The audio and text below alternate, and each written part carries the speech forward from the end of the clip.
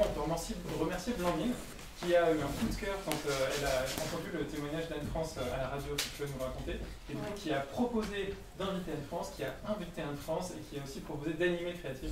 Donc merci beaucoup Blandine. Je laisse la parole. Du coup, je vais vous expliquer tout ça, mais avant de commencer, je vais vous proposer une petite expérience. Vous allez comprendre du coup ce qui m'est arrivé en fait le jour où j'ai entendu parler d'Anne-France d'Hauteville. Donc, je vais vous demander de fermer les yeux, de tous fermer les yeux et je vous dirai quand les rouvrir et vous inquiétez pas, il va rien se passer. C'est juste pour que vous vous fondiez un peu dans mon imaginaire, pour que vous compreniez. Donc fermez les yeux et imaginez-vous un lundi matin d'hiver à Paris, il fait très froid, il est trop tôt, vous rentrez d'un week-end, vous êtes encore hyper nostalgique, bref c'est pas top. Et ce matin, comme tous les matins, vous vissez vos écouteurs sur vos oreilles avant d'entrer dans le métro et vous lancez le podcast On te la raconte sur Europe 1. Donc ce matin, il parle d'une certaine Anne-France d'Hauteville, jamais entendu parler, mais bon, pourquoi pas.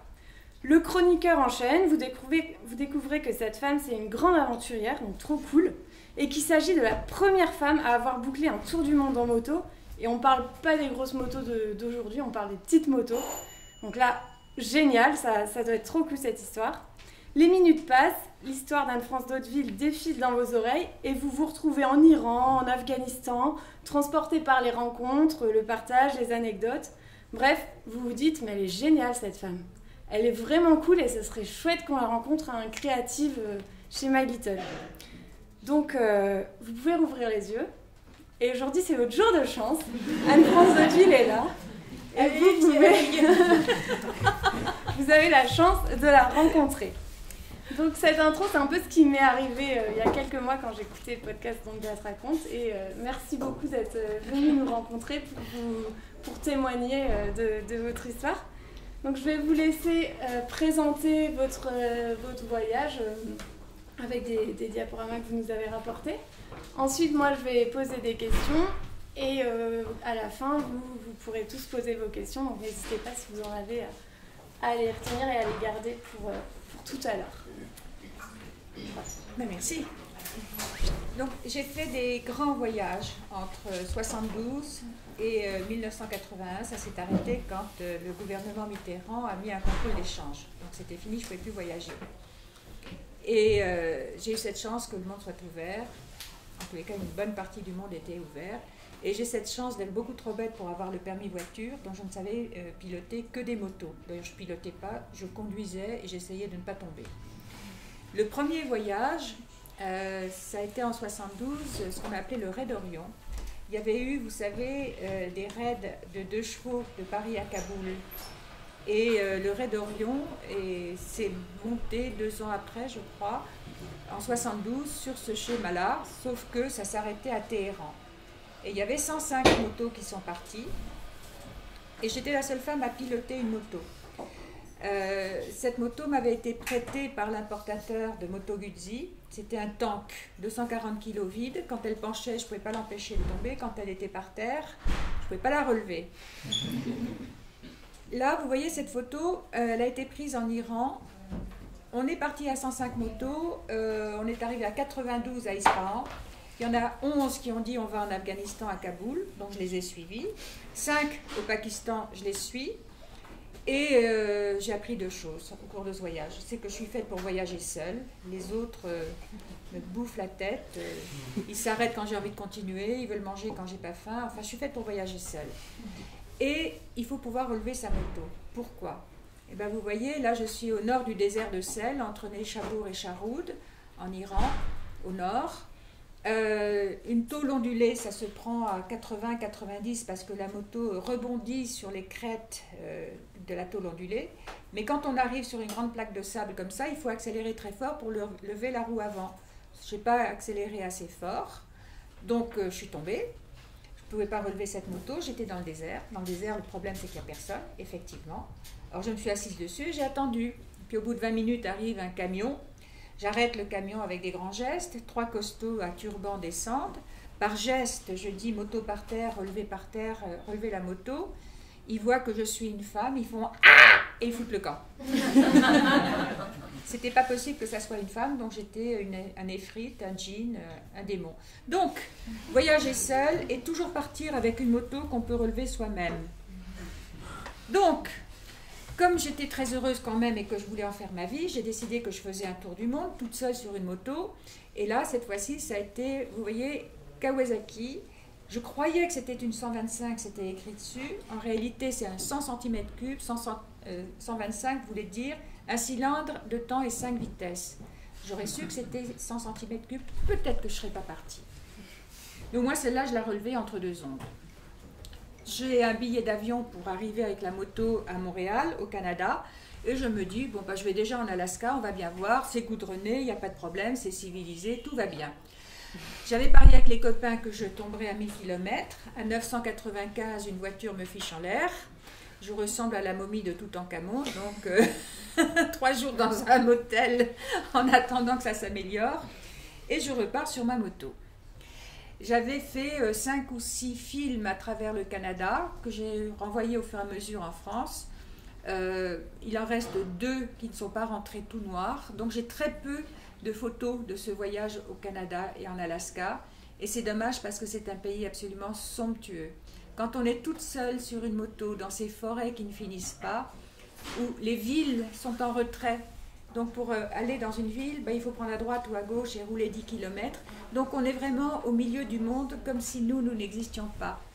Et c'est des sensations qui abolissent le temps. Et en plus ça sent bon et c'est magnifique. Alors évidemment, dans ces forêts, il y a des ours. Et on vous dit toujours, quand tu campes, si tu as de la nourriture, tu l'accroches à un arbre plus loin. Parce que l'ours vient, il mange, puis après il te mange. Parce qu'il a toujours faim. Et quand il y a un ours qui vit près d'un camping, on le garde jusqu'à 1 an, et puis à 1 an, on le tue, parce qu'à partir d'1 an, il peut faire des dégâts épouvantables. C'est brutal, et je suis arrivée à ce camping ce soir-là, et bien le petit ours était mort, et on l'avait laissé encore dans la rivière. Voilà. Et puis on repart pour ce pays de plus en plus beau, de plus en plus sauvage, avec des sources d'eau chaude magnifiques au milieu des bois, dans le Yukon.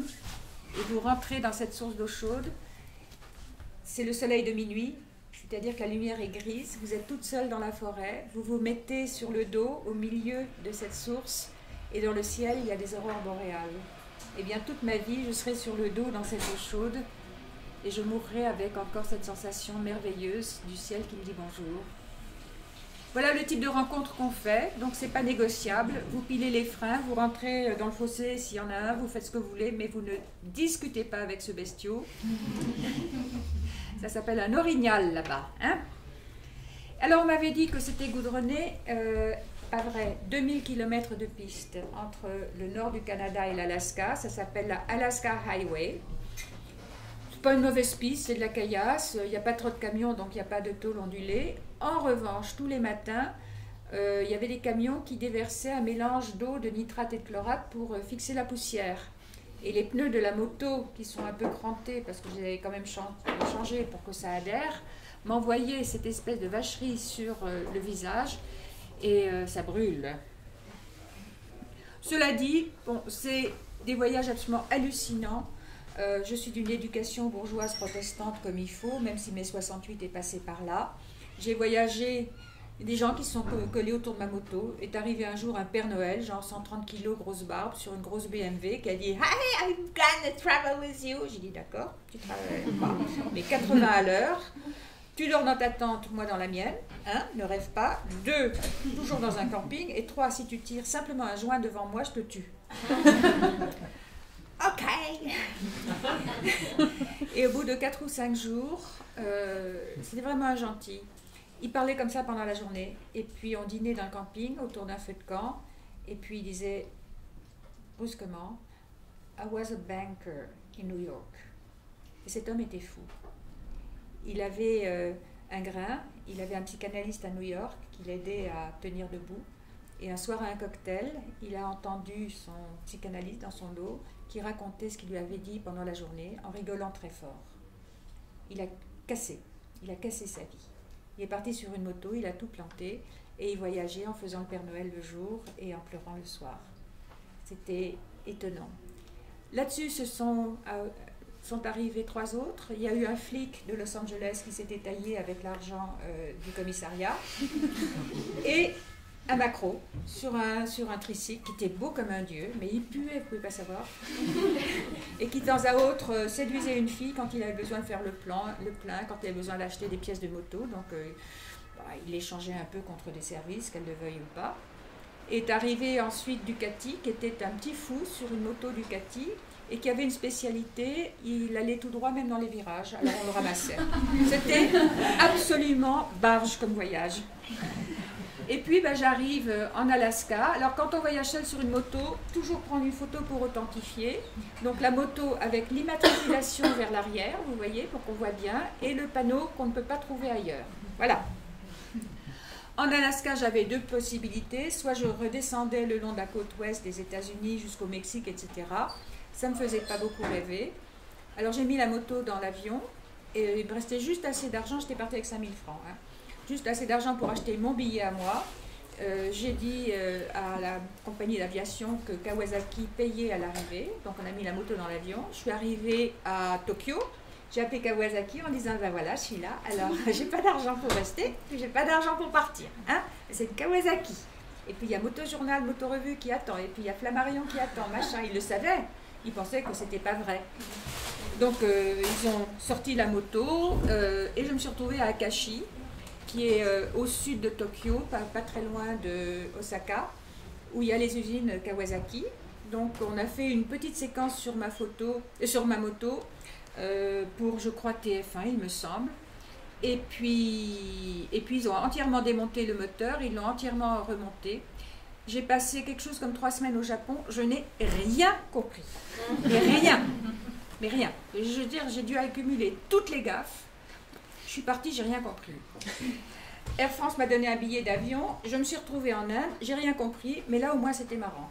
C'est-à-dire que le nombre de fois où j'étais dans ces villes qui sont absolument insensées, où on me tapait sur l'épaule brusquement et j'entendais une grosse voix d'homme qui disait « Mr. Mem Sahib, I think you are completely crazy. » Bon, moi ça me faisait rire, j'étais contente. Alors vous voyez, c'est une autre planète, c'est des gens d'une gentillesse extraordinaire, avec quand même des problèmes de circulation, la vache sacrée. Alors là, encore dans une petite ville, dans une petite rue, on la voit arriver. Sur l'autoroute, c'est plus problématique. Et puis, le rickshaw. Je ne sais pas s'il y en a parmi vous qui sont allés en Inde, mais le rickshaw aussi, à partir du moment où le type, en général c'est des Sikhs, a son turban sur la tête, le ciel le protège, donc il n'a aucun souci, il fonce. Voilà. Et comme la moto avait été démontée par Kawasaki pour que on est sûr que tout tienne bien, tiens, aidez-moi à enlever ma veste s'il vous plaît, j'ai les épaules complètement bloquées. Allez-y doucement. Merci beaucoup. Voilà. Ils l'ont remonté de travers. Donc à 250-300 km au nord de Bombay, pour les spécialistes, le clip d'acte de piston est parti entre le cylindre et le piston, il a foutu le moteur en l'air. Donc j'ai mis la moto dans le train, je suis montée à New Delhi où il y a une ambassade de France, j'ai fait venir des pièces et on l'a réparé. Et les mécaniciens indiens n'avaient jamais vu une Kawasaki, etc. Mais j'avais le manuel d'usine, donc on a travaillé avec la photo. Et à la fin, il restait un petit joint. J'ai dit, mais ça doit aller quelque part dans le moteur. Mr. Mem Sahib, this is a very good ring for you. Et ils m'ont mis la bague au doigt. Et j'ai repris la route, direction le Pakistan, l'Afghanistan. Ah oui, vous savez, quand on voyage, on a des moments d'éternité. Et ben voilà, ça j'étais dans un jardin à New Delhi. C'est quelquefois comme quand on est dans l'eau chaude au Yukon, comme on est devant une fontaine dans une ville. Et ces quelques secondes, elles durent toujours. Ça ne s'en va jamais. Donc j'ai mis cette photo pour vous raconter ça. Et puis voilà ce qu'on voit au bord des routes. Là, il y avait un étang avec des lotus. Je m'étais arrêtée pour faire des photos des lotus. Et puis j'ai vu un gros machin noir qui sortait de l'eau. Je me suis dit, mon Dieu, c'est un cobra. Et puis le gros machin noir est monté, monté, monté. Et ça ressemblait à un piano à queue. En réalité, il y avait là-dedans 3 buffles noirs. Il faisait tellement chaud qu'il s'était mis dans l'eau avec juste les naseaux qui dépassaient. Voilà, c'est le genre de petites choses qu'on voit en Inde, assez joyeusement. Ah tiens, elle est toute petite celle-là.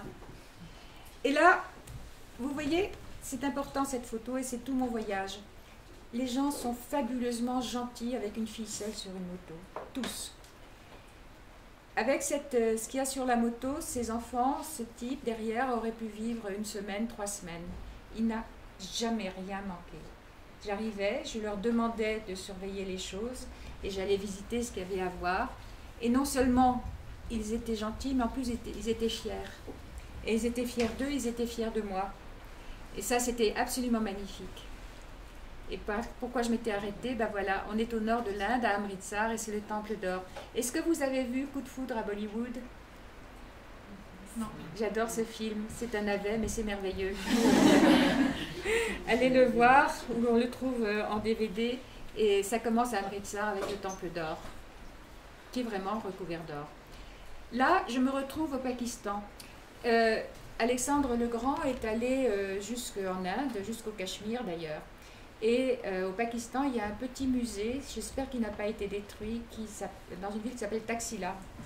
Et vous voyez, ce voyage est revenu 45 ans après que je l'ai fait. Hein. Il y a 2 ans, le livre a été republié, donc tout ça, c'est revenu à la surface.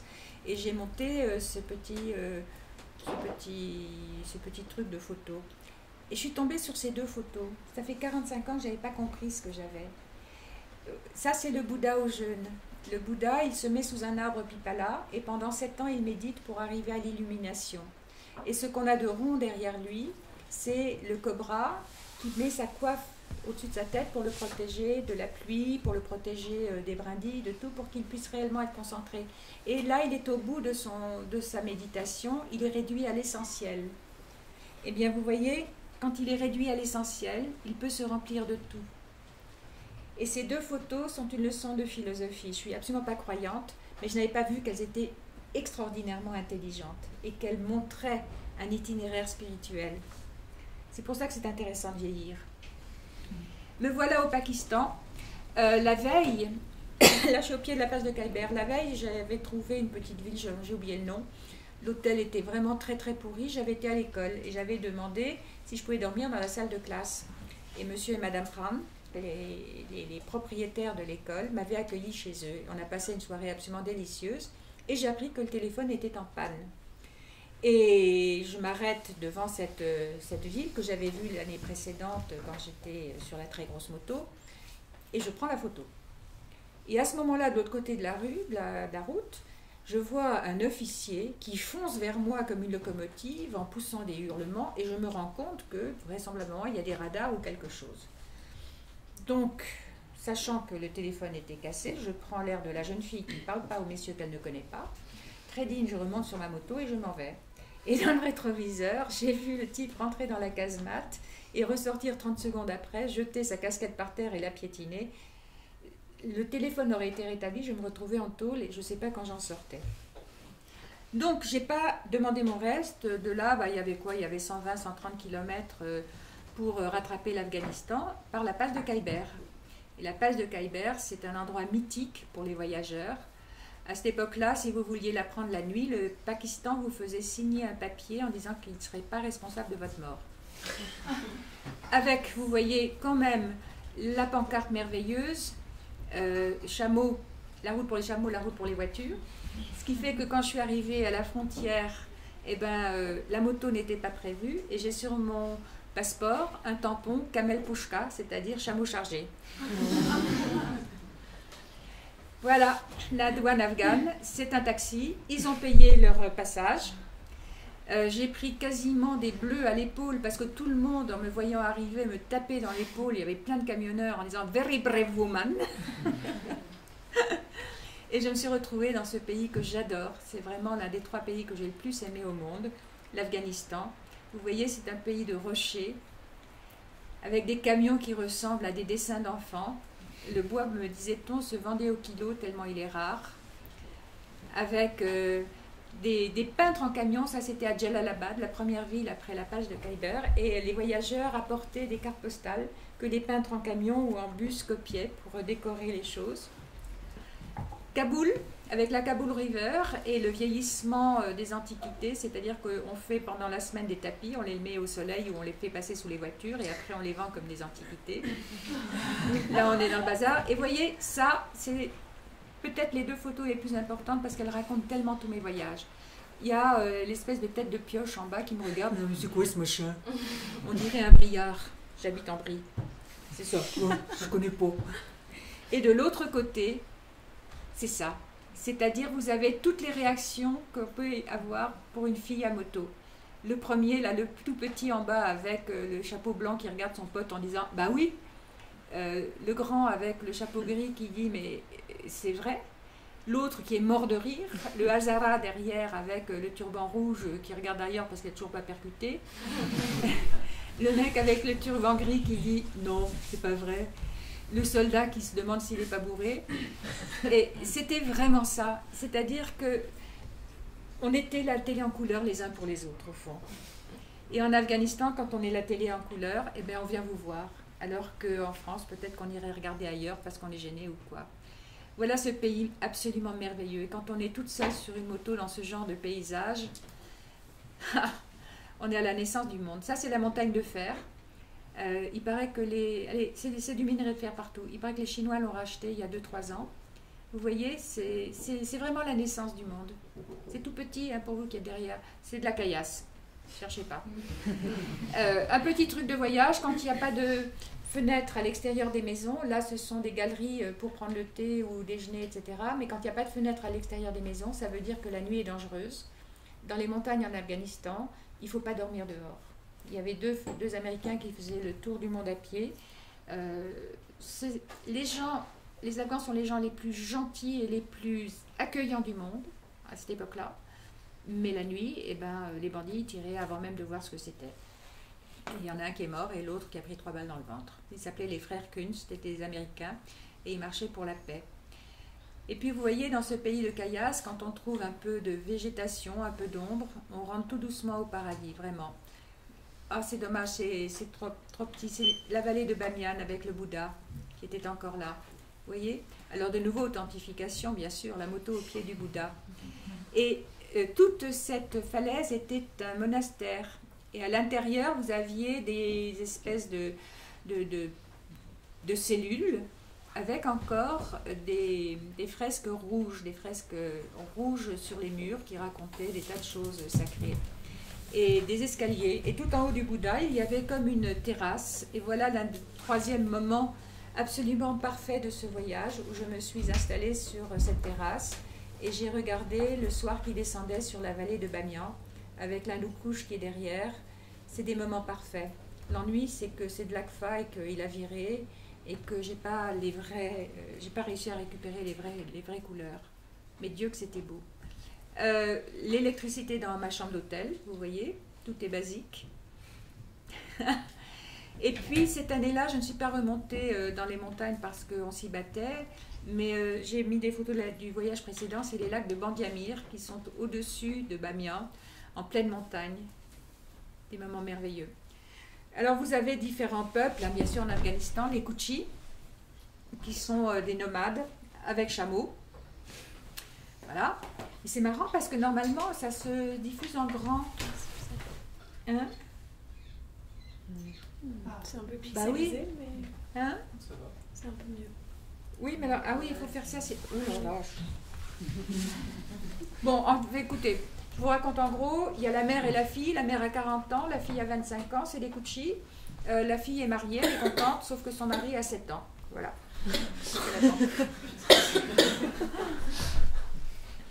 Voilà.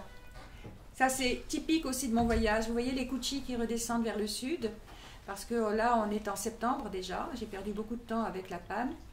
Et la moto d'un côté. Et je voyais arriver des nuages de poussière avec des éclairs. Les femmes marchaient devant et elles avaient des petits miroirs dans les corsages. Et le soleil se reflétait là-dedans. Donc, on avait l'impression d'un orage. Et puis, venaient les chameaux avec les vieux et les enfants dessus, et puis tout le barda. Et puis, derrière, les hommes. Et qui s'arrêtaient, qui me regardaient, qui disaient « Winston », ça veut dire « Winston, t'as des cigarettes ». On achetait des Gauloises bleues à cette époque-là en Afghanistan, je fumais, alors on fumait, ils me demandaient d'où tu viens, c'était marrant, c'était rien, mais c'était tout. Voilà, typique, on ne sait pas ce qu'ils font, ils sont là. Voilà. Et puis, ben, ils vivent leur vie, et puis on passe à côté, puis quelquefois on se rencontre. Et je quitte l'Afghanistan pour passer en Iran, et cette photo, il y a 45 ans, je n'avais pas vue. Vous voyez, c'est le pays que j'ai le plus aimé au monde, et ben, le chemin du départ dessine un cœur dans la montagne. Vous voyez ce cœur? À droite. Comme ça. Oui. Ah oui, oui. Ben, j'avais pas vu. Et je me retrouve en Iran. Neshabour, c'est la première ville sur cette piste où je me suis cassé la gueule l'année d'avant. C'est la ville de Omar Khayyam, le poète, mais c'est aussi la ville des turquoises. Et à cette époque-là, c'était les enfants qui polissaient les turquoises parce qu'ils avaient les mains plus légères que les adultes et personne ne se posait de questions parce que de toute façon, il faut manger. Et voilà les turquoises en question. C'était un énorme commerce quand même là-bas. Je me suis retrouvée au bord de la mer Caspienne. J'ai été passée l'année d'avant. Alors ça, c'est un endroit où il y a des espèces de... Sur la plage, des espèces de guinguettes, sans musique, mais où on mangeait du caviar. On achetait une boîte de 250 grammes de caviar pour 10 $. Et on achetait aussi des tiers de litres de vodka. Tout ça, c'était arrivé sous le menton du RSS. Donc, je vais avec ma moto, je retourne au restaurant où j'étais l'année d'avant et je dis au type caviar. Il m'apporte mon caviar. Je dis vodka, yor. Si, vodka, yor. Pourquoi? Allah, il veut pas. Je m'en fous, moi je suis protestante et en plus ils m'ont foutu à la porte. Ah non, si, vodka. Hashish? Pas, non? Opium? Enfin, il m'a proposé tout ce qui défonçait et finalement j'ai bu de l'eau. Et ben vous voyez, on était à cette époque-là en 73 en Iran, et ben il y avait des femmes toutes nues sur la plage. Vous imaginez ça maintenant? Voilà. C'est comme ça que les mondes basculent.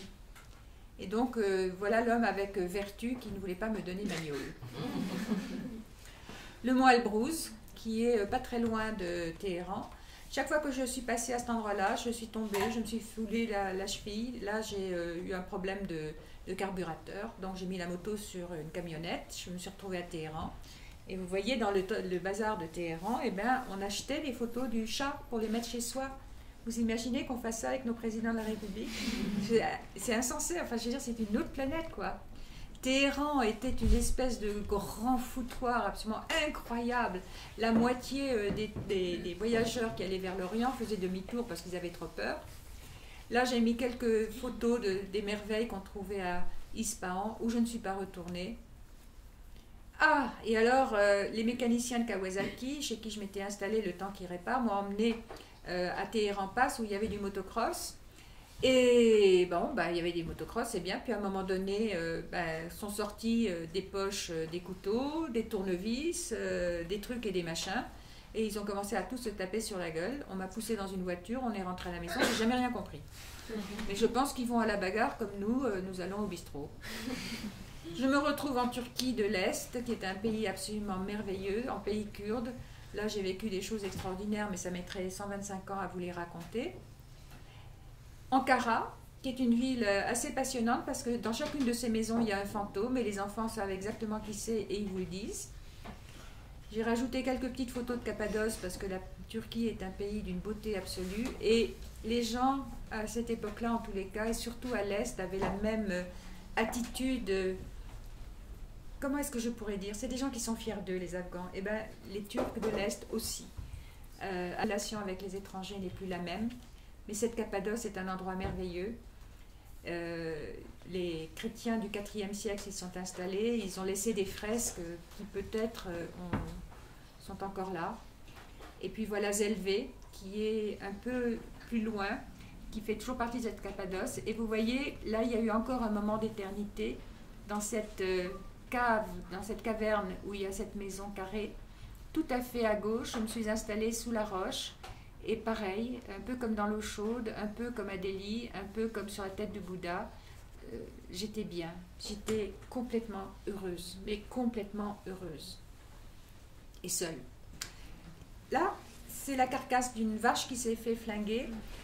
Déjà, les écrivains de l'Antiquité parlaient du chant de la mort.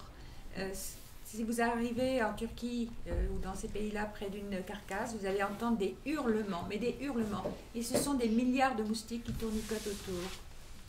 Et puis voilà, bah, écoutez, on est sur une autre planète. Là, on arrive à Istanbul. Le pont venait d'être ouvert. Bon, c'est pas grisant, mais enfin, c'était quand même plus facile que de traverser en bateau. Ensuite, le port, avec à cette époque-là un filet qui était supposé empêcher les sous-marins russes de passer par le Bosphore. Donc, d'un commun accord, ils avaient fait des trous dans le filet, donc les sous-marins passaient en dessous. Ressortait. Et à cette époque-là aussi, il y avait les ponts de Galata et des petits restaurants qui étaient entre la rue et la mer et où on mangeait des poissons extraordinaires avec du raki. Et là, on ne vous mettait pas du hashish à la place. La Corne d'Or, alors si vous allez à Istanbul, c'est un peu plus cher, un peu plus propre et un peu plus sophistiqué, mais moins drôle. Évidemment, le bazar. Évidemment, on achète tout et n'importe quoi et plus encore. Hagia Sophia, Sainte-Sophie. Est-ce que vous connaissez les chants de la liturgie slavone? C'est d'une beauté absolue, ce sont des voix d'hommes, et c'est les chants que chantaient les croisés quand ils sont arrivés à Istanbul, qui était à cette époque-là Byzance. Et à l'intérieur d'Hagia Sophia, il y a encore la rampe par laquelle les croisés montaient à cheval sur une espèce de balcon pour écouter la messe sans descendre de leur monture. Avec les motos, c'est interdit. Et puis, Yougoslavie, il faisait très très froid le matin, -8. Donc, je roulais 10 km, j'enlevais les gants, je posais mes mains contre le cylindre pour me réchauffer. Et puis, je suis arrivée en France en novembre, avec un tour du monde que j'avais fait en 4 mois et demi à peu près, toujours vivante, en conduisant comme un panier. Est-ce que vous voyez autour les sacs en plastique?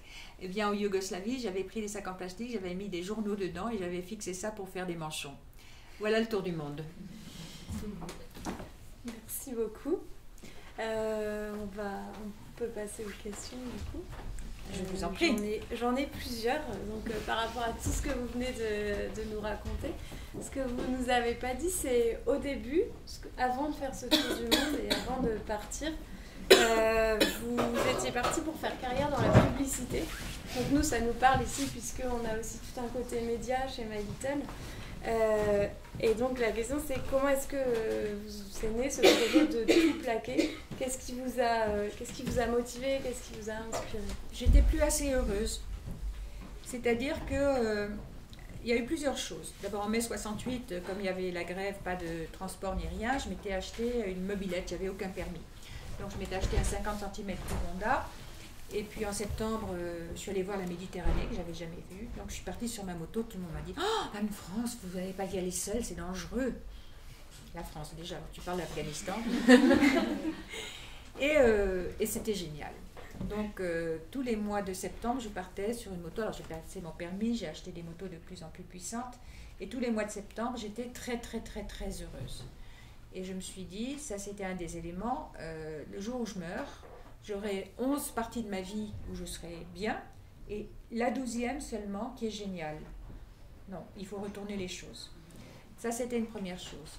La seconde chose, c'est de me réveiller à côté d'un fiancé merveilleux, parce que j'entame une histoire d'amour merveilleuse, et puis je me réveille à côté de lui, parce que j'ai trouvé enfin l'accroche pour vendre les petits biscuits machin, les chaussures choses, la poudre à laver machin. Enfin, putain, attends, je ne vais pas donner ma vie à ça, c'est pas vrai que c'est moi.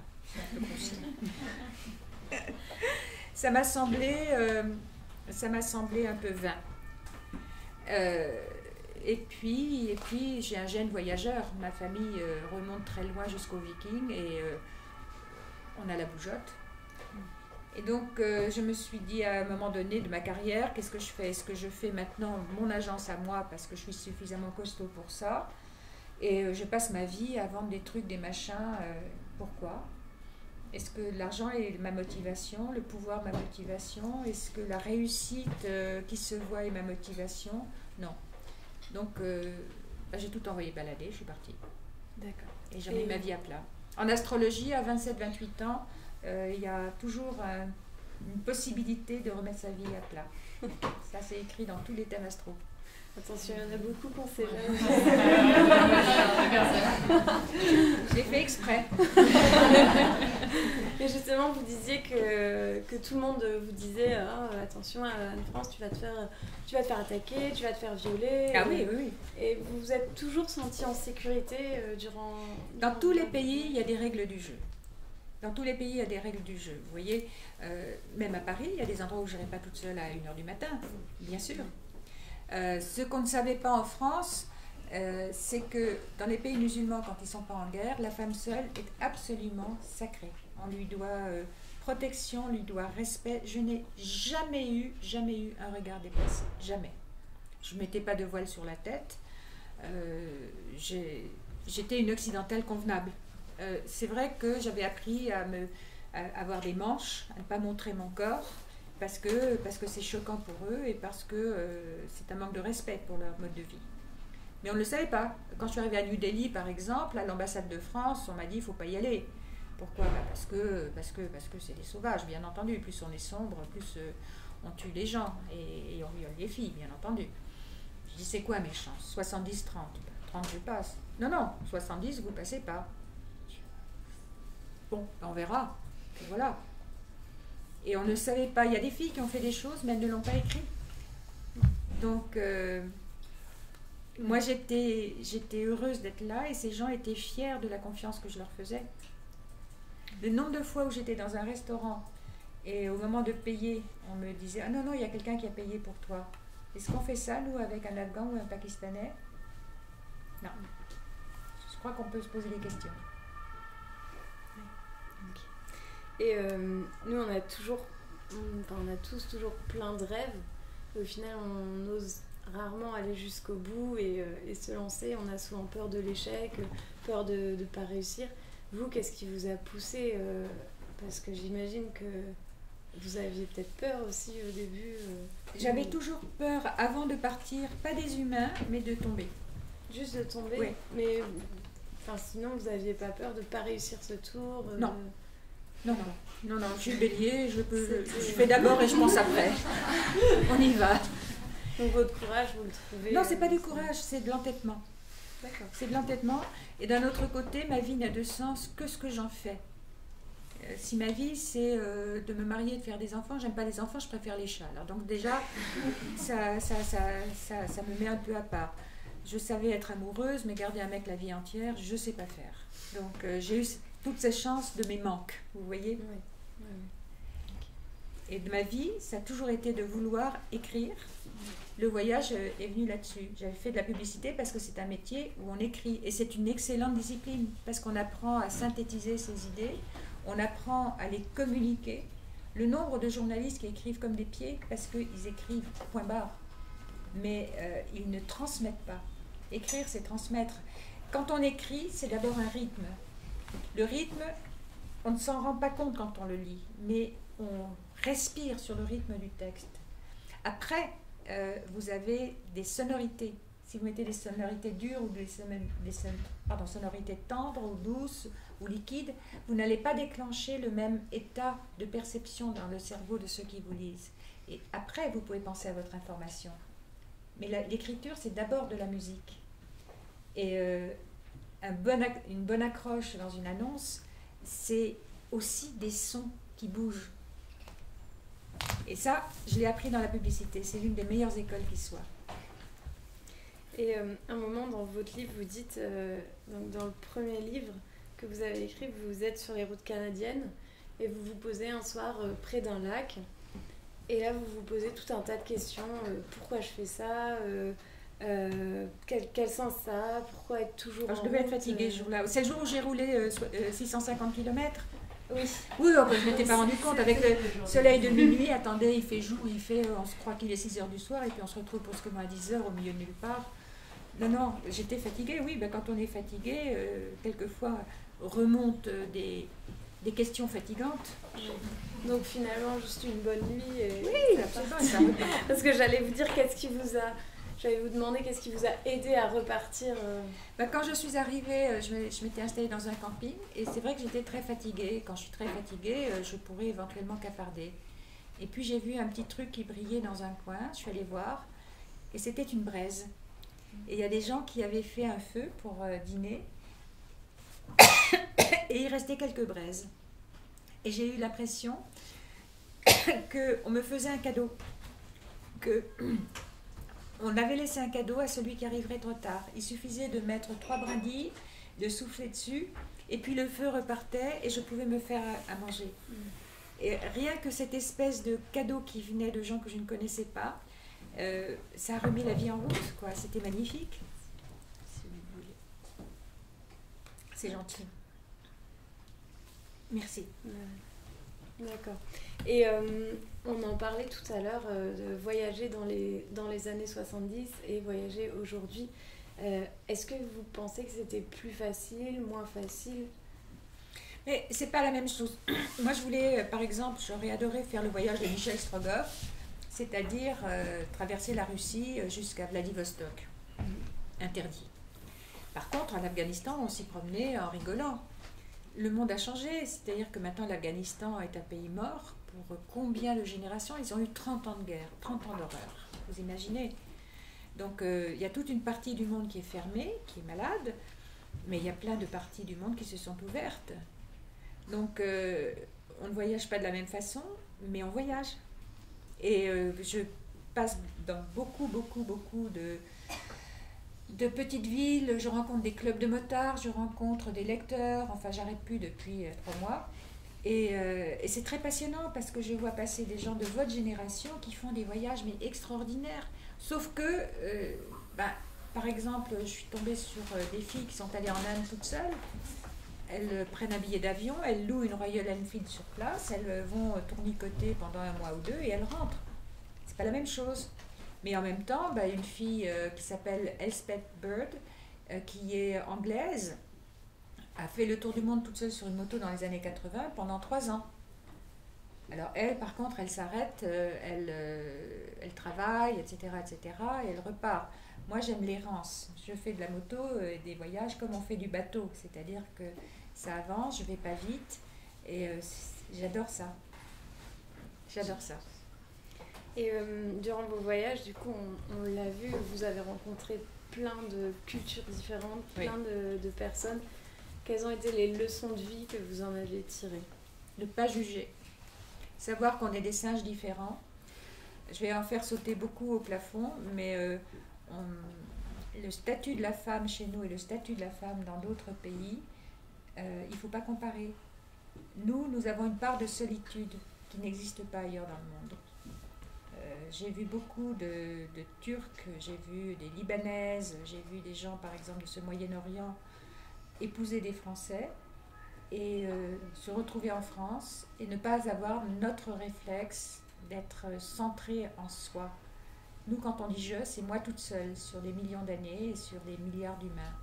Quand on dit « je », dès qu'on arrive à la Méditerranée, c'est nous, c'est ma famille, c'est ma religion, c'est mon clan.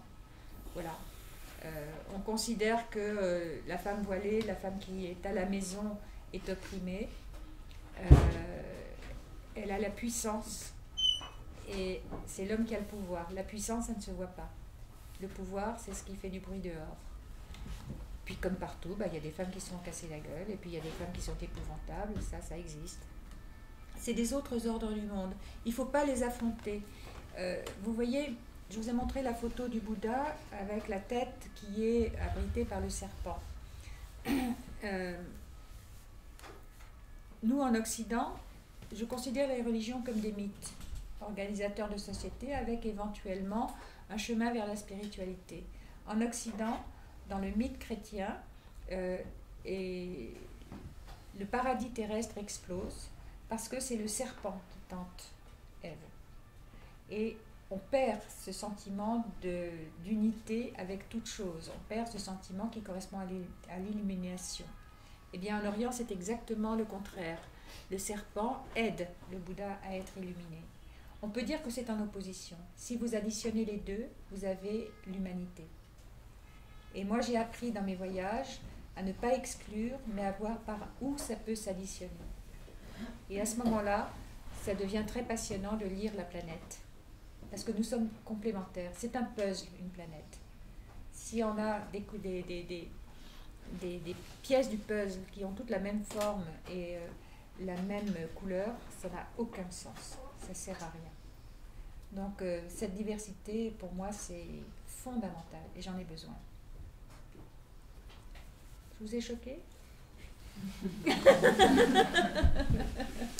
En 2016-2017, vous avez été l'égérie pour la collection automne-hiver pour la marque Chloé.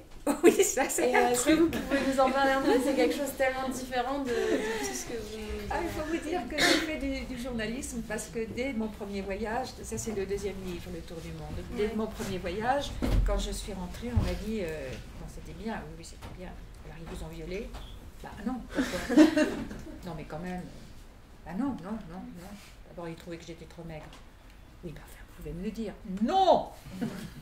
Donc c'était tellement bête que j'ai écrit mes propres histoires et c'est comme ça que je suis devenue journaliste. Et puis je suis devenue journaliste spécialisée dans les voyages et puis après j'ai beaucoup travaillé sur l'environnement, sur les plantes, sur plein de choses. Mais la mode, la beauté, mais jamais. Mais elles sont méchantes. Mais c'est épouvantable. Donc, il ne faut pas y toucher. Et un jour, en février 2016, je trouve février 2017, je trouve un mail de l'attaché de presse de la maison de couture Chloé. Est-ce que, s'il vous plaît, on pourrait prendre 3 phrases de votre livre du Tour du Monde pour la collection automne-hiver? Le petit martien vert qui tombe dans la soupière dans les bandes dessinées américaines, à côté, c'est un débutant. Le lendemain, je téléphone, le type était adorable. Je dis, écoutez, oui, si ça vous amuse. Mais bon, bah, si vous dites le nom du livre, ça me fera plaisir, point barre. Mais je veux qu'on se connaisse en échange. Il dit, écoutez, on présente la collection le 3 mars, donc on n'a pas le temps, mais après, on vient déjeuner chez vous. D'accord. Et le 3 mars, il présente la collection. Il ne m'invite pas, ce que je trouve très professionnel, parce qu'on ne se connaissait pas. Je pouvais être virée communiste, droguée, pochetronne, n'importe quoi. Donc, ils étaient prudents. Je vais voir la collection sur Internet et je découvre que je suis une égérie de la mode. Alors là, franchement... Et Claire Wade-Keller, qui était la styliste, est venue à la maison avec son état-major. Donc on a fait une grosse bouffe dans ma campagne. Et c'était des gens merveilleux. Et je leur ai montré des photos du Tour du Monde. Et c'est comme ça qu'on a commencé à bosser ensemble.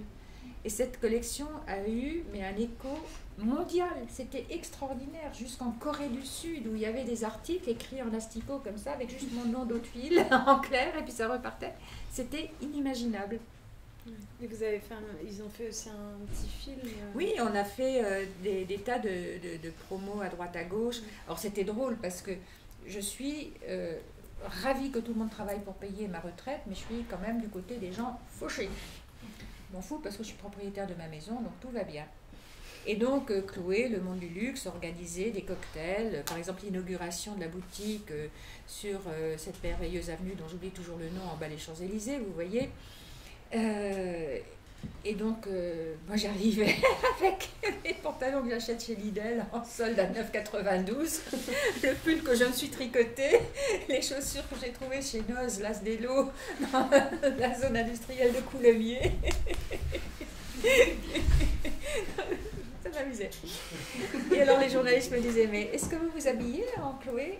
Ah, vous voyez la petite robe qui est toute jolie là, avec ses dentelles, les grosses griffes de Poc-Poc, puis la petite blouse là avec ses merveilleuses broderies, les petites griffes de Malina, tchouk. Non.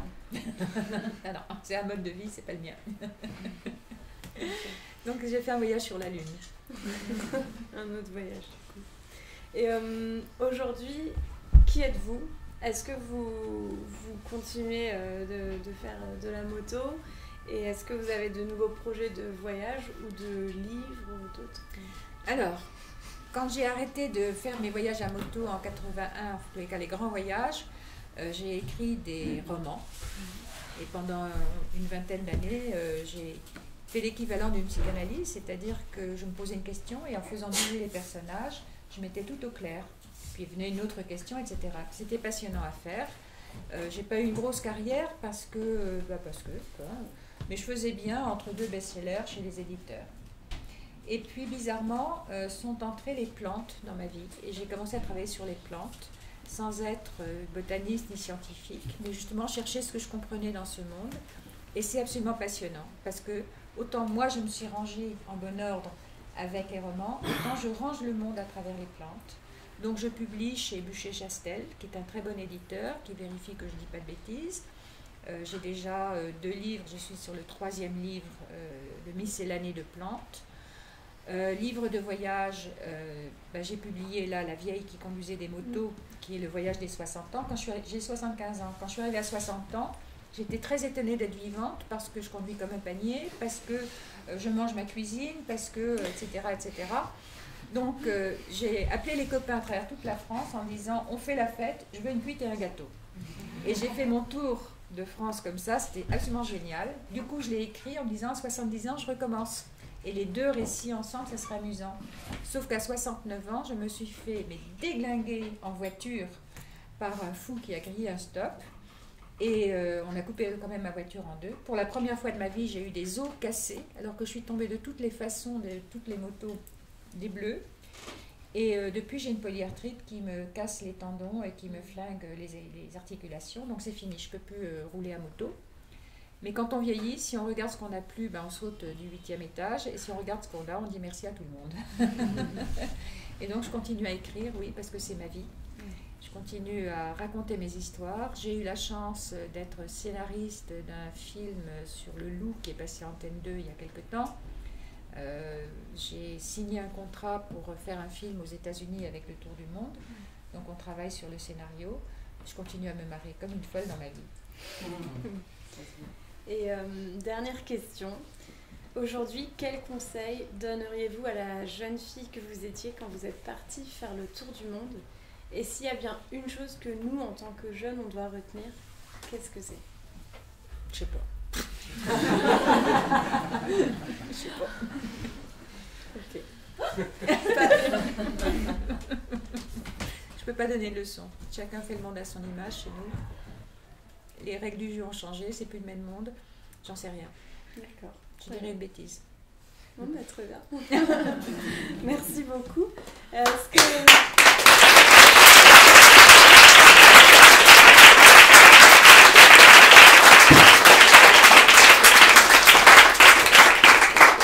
Est-ce que certains d'entre vous ont des questions? Ouais, Florent. Bonjour.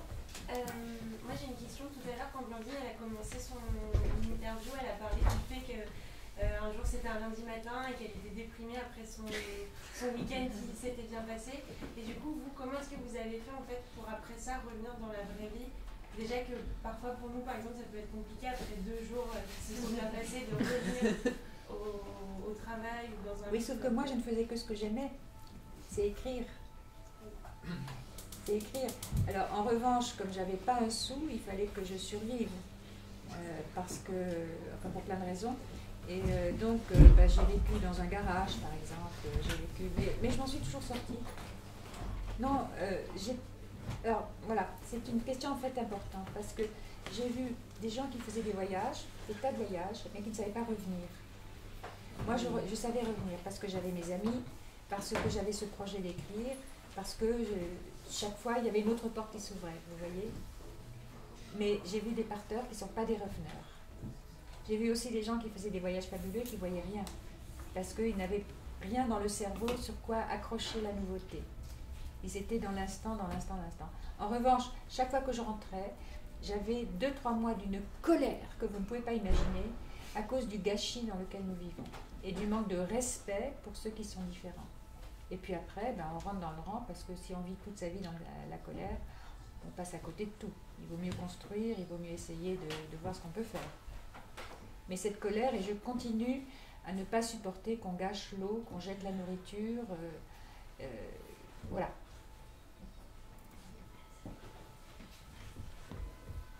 D'autres questions?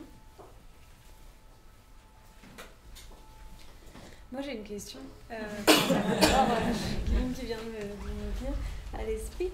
Vos parents dans tout ça, qu'est-ce qu'ils disaient? Parce que Enfin, vous dites bien que c'était pas du tout l'éducation dans laquelle Non. vous aviez grandi. Ben non. Dans le premier livre, Le Ré d'Orion, j'avais fait le chapitre érotique le plus court de toute l'histoire de la littérature. Quand on était plus que 11, il y en avait un, il était quand même très beau. Et en voyage, je suis vraiment pas disponible. Quand je rentre, d'accord, mais en voyage, mais là, il était trop beau. Et donc, quand on est arrivé en Iran, quand on est arrivé vers la mer Caspienne, on s'est regardé, on a sifflé. Et donc, je raconte dans cette page, il faisait chaud, le beau gosse est sorti de la salle de bain, et alors, loupé. Et chapitre suivant. Papa a été convoqué par son directeur qui lui a dit que j'avais fait un livre pornographique. Donc j'imagine ce que mes parents ont dû souffrir. Vous imaginez des bourgeois protestants. Ça a dû être horrible. Mais je ne sais pas ce qui était le plus horrible, c'est de savoir que j'ai perdu ma vertu ou bien que j'allais toute seule en Afghanistan. Mais ça n'a pas dû être simple pour eux. J'ai une petite question. Juste sur le titre de votre livre, qui est très beau, J'ai suivi le vent. C'était vraiment ça. Et c'est quel vent alors? C'est le hasard. Le hasard. C'est le hasard. C'est-à-dire que quand vous êtes sur une moto, que vous partez pour une longue route, il pleut à droite, vous allez à gauche. Alors, c'est pas possible dans tous les pays parce qu'il n'y a pas autant de routes que ça. En Amérique du Sud, par exemple, j'ai passé 7 mois en Amérique du Sud. Oui, vous vous trompez de route, vous vous retrouvez dans un autre pays. Mais c'est quand même ça. On s'arrête, on repart. Il ne faut pas trop prévoir. Il faut prévoir la sécurité. Vous voyez, comme l'Afghanistan est dangereux la nuit, il faut quand même aller d'un point à un autre où il y a des humains, où il y a soit un hôtel, soit un endroit où on peut mettre sa tente à côté d'une station-service. Oui, mais entre deux, c'est ce qui arrive, quoi. Et ça, par exemple, vos points de chute du soir, vous les trouviez, on discute au départ en disant où est-ce que je m'arrête ce soir, vous aviez des cartes? Oui, on a des cartes. À cette époque-là, on voyageait avec des cartes. Donc, en Afghanistan, on n'a pas trop le choix. Vous voyez, Ghazni, Kaboul, ça fait 120 km. Pas grand-chose, ça ne fait pas une journée. Donc, on fait dans la journée Kaboul, Ghazni, Bamiyan. Ça, c'est une journée de route. Mais entre-temps, si par exemple j'ai un problème, il y a des maisons, il y a des hameaux sur la route de Bamiyan. À ce moment-là, je vais m'installer et demander si je peux poser ma... En fait, j'avais une bâche que je mettais sur la moto, que j'entourais autour des bagages. Ça faisait mon campement. Voilà. En Australie, on peut dormir dehors, il n'y a pas de problème. En Australie, j'y suis allée 3 fois. Mais moi, j'aime bien avoir un camping parce qu'il y a l'eau courante. Et moins de serpents que dehors. Vous allez arriver tout en panne d'essence au milieu du désert? Non, pas de naissance, non, parce que on sait que ça, c'est la galère. Donc, il y a toujours un jerrycan. Vous voyez, sur la moto, la petite moto, il y avait... on le voit ici, les jerrycans rouges. Donc, j'avais 10 litres d'essence supplémentaire. Il faut calculer. Il faut calculer, par exemple en Afghanistan, effectivement entre Kandahar et Herat, je crois que c'est là où il y a 540 km. Donc j'ai pas 540 km d'autonomie. Donc il y a une seule station-service au milieu, il faut y aller. Voilà. En Australie, on peut avoir des 500, 600 km avec rien. Donc il faut emporter. Les pannes, c'est beaucoup plus... des pannes électriques, c'est beaucoup plus des pannes... parce que les pistes, ça vous secoue quand même sacrément les motos, vous voyez. Puis vous me donnez n'importe quelle moto, je la casse en 8 jours, ou bien je vais faire le tour du monde.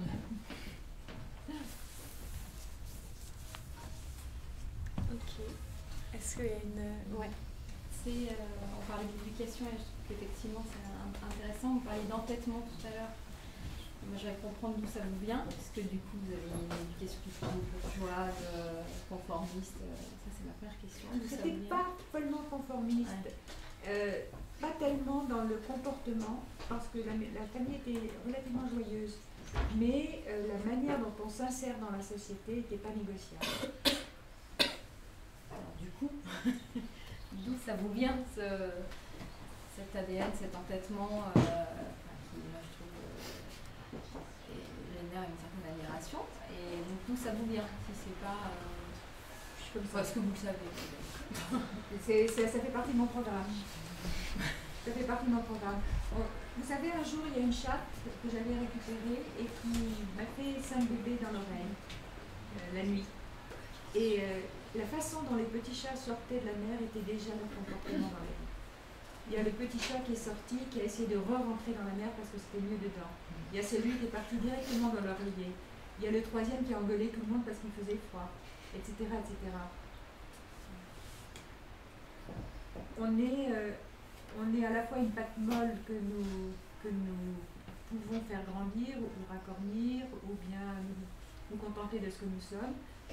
Ça dépend des déclics qui sont déjà inscrits en nous. Je pense qu'on est à la fois très personnel et collectif.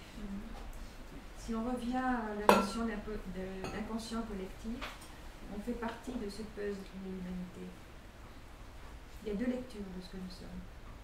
J'aime bien Jung, j'aime pas Freud. Et d'autres questions? Vous avez parlé du moment des aurores boréales. Est-ce que pour vous le plus beau moment que vous ayez vécu dans tous ces voyages, est-ce que c'est celui-là ou est-ce qu'il y en a un autre? Je crois que celui-là a été quand même un moment majeur. De plénitude absolue, absolue, absolue. Mais il y a de tellement beaux moments en même temps. Comment est-ce qu'on peut les hiérarchiser? Je veux dire, très bêtement, j'achète mes légumes chez un Marocain. Et je pense à un imam de quartier dans la petite ville où je vis. On a une espèce d'amitié un peu bagarreuse, sympa comme tout. Et il y a un vieil homme qui travaille avec lui qui a des problèmes de jambes. Donc on a des discussions de tapalou, etc. Et c'est un vieux maghrébin aussi. Et il y a quelques mois, il m'a prise dans ses bras et m'a dit « Je vous aime beaucoup » et il m'a fait une bise. Et bien, vous ne pouvez pas savoir le cadeau qu'il m'a fait. Voilà. Ça peut être n'importe quoi. Mais là, quand je dis n'importe quoi, non. C'est vraiment beau. C'est des moments... mais le jour où j'étais en Alaska et il y a un loup qui s'est arrêté au bord de la route et qui m'a regardé, ou mon premier kangourou en Australie, c'est aussi des moments magiques, vous voyez. Je ne peux pas les hiérarchiser. Merci. Est-ce que quelqu'un a une dernière question? On va terminer. Il y a du chocolat? Pas de questions? Bon, bah merci encore une fois.